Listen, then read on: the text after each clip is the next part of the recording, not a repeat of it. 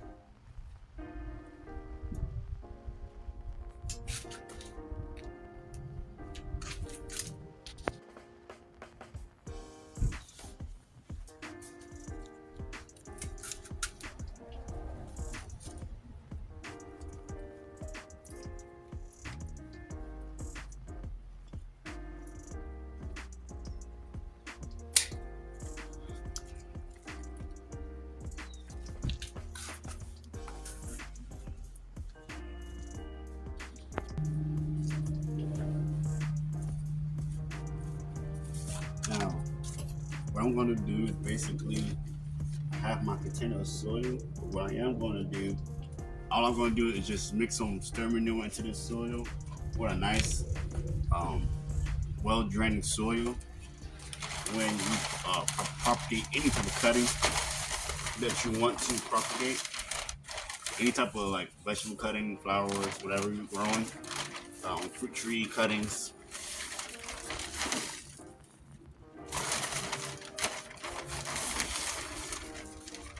all I want to do is add that stir manure in there. You use compost, doesn't really matter, make a difference.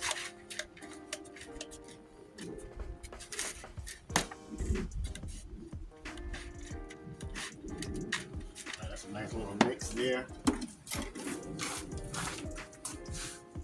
I got my rooting hormone right here. It's there for now. I want to get up close and show you how to do this. So I'm going to go ahead and start off with the Michigan here. And you don't have to waste this, y'all. You can actually go ahead and harvest this and consume it. Cook it, use it in a salad. Doesn't really matter. And what you want to do is remove those leaves because you want the tree collar to focus on rooting.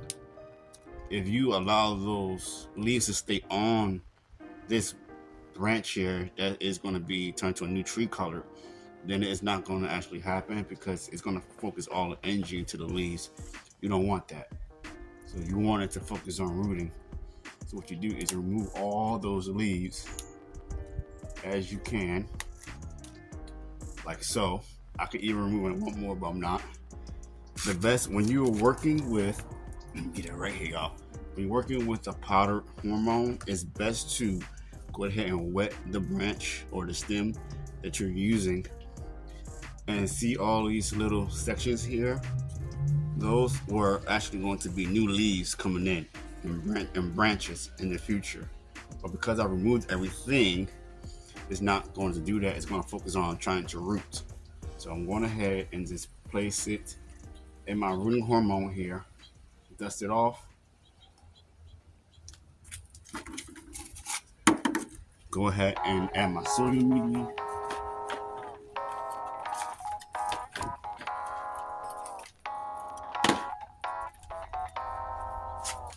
Okay, right there's my soil medium. It's just regular soil, potting soil. Nothing fancy. See how you want to make sure it's all covered. I'm actually going to go ahead and see it's covered all the way almost.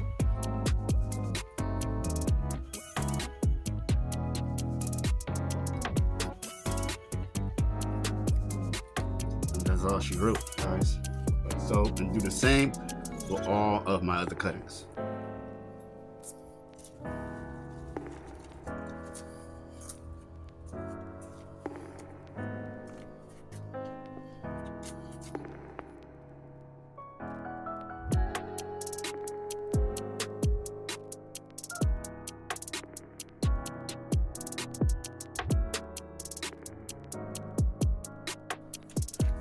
All right, guys. Today's the day. Finally harvest a Sanguinelli blood orange.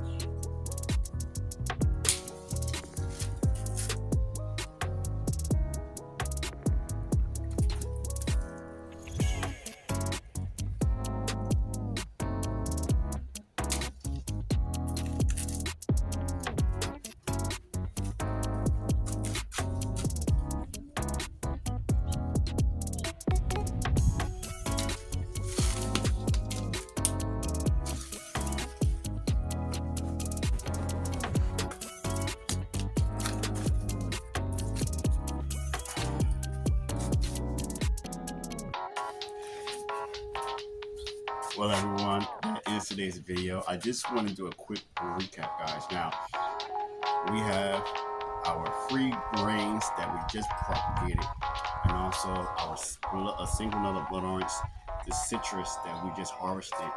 Now, when it comes to grains, I want to do a recap because I did not mention some things.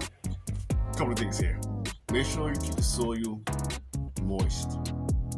I would say when it's not moist, give it some water, okay? And all you gotta do is a soil test by putting your finger in the soil to see if it's damp. If it's damp, that means you need water. If it's not damp, go ahead and water it. As far as when to start your propagating cuttings, for me, I'm in Central Valley, Zone 9B, California, where we can actually start our cuttings in the early beginning of fall to late spring. I cannot tell you guys what to do when it comes to starting your cuttings, but for me, I don't propagate anything in the summertime due to it being too extremely hot when we get to 110 to 115 degrees in the summer. Now, when it comes to the soil medium, today I use a regular potting soil mix that I have for a couple of years, but I added some stir manure because I know it needs some nutrients. You don't have to do that, but you also can use a seed starting mix from your local nursery or Home Depot, Lowe's, wherever you're going to get it from. And then you also can use sand. If you did not know that, you can also use sand. As far as the rooting hormone, you can use a powder one like I did today. You can use a gel. You can use raw honey or even ground cinnamon. Now, when you use raw honey and ground cinnamon, it's going to be, taking a risk. However, it works. Okay. Now, when it comes to our citrus, before I was talking about citrus, let me just say this to you. When you do propagate your cuttings, you want to make sure that you have multiple cuttings because you might not get the cuttings that you started with to root. So make sure you propagate more than what you need. All right, because one of them might not take. Also, with that being said, you can also actually, if you didn't want to put your cuttings in a container like this, you could put it in a plastic cup, or either a styrofoam cup, or even in a container or in a grow bag. You can even put your cuttings in the ground and it will root for you. It doesn't matter, but that's the way it has been done for generations. Okay, when it comes to the citrus, I'm excited because this year will be 8 years in August that we have had this Sanguinelli blood orange here. And with the Sanguinelli blood orange, you all, this citrus here is different compared to the other oranges out there. When it comes to blood oranges, this orange is more, a little bit more, I would say, sour in a sense, tangy in a sense, compared to like the Mora blood orange. It's not juicy like the Mora blood orange as much, but it is a nice juicing orange, blood orange. You can also use it in your dressing. We make a salad dressing or a vinaigrette, as we say in the kitchen. It does have a tougher skin than the Mora blood orange as well, or any other citrus that I know of. So it's not like your mandarin or like the Aurora Satsuma I have, where it is an easy peel. It's not like that. It's a tough skin. So what I'm going to do is I'm actually going to slice it open. I'm gonna show you guys how it looks on the inside. Now, to be fair, it's I'm gonna say a 50-50 chance that it may be all red, okay, or it may not. So we won't know until we cut it. But I just want to show you all my harvest and getting some free greens in the garden for the upcoming years in our future. Until next time, hope you like this video. Please hit the like button, share, and hit that notification bell, and we will see you in the next one.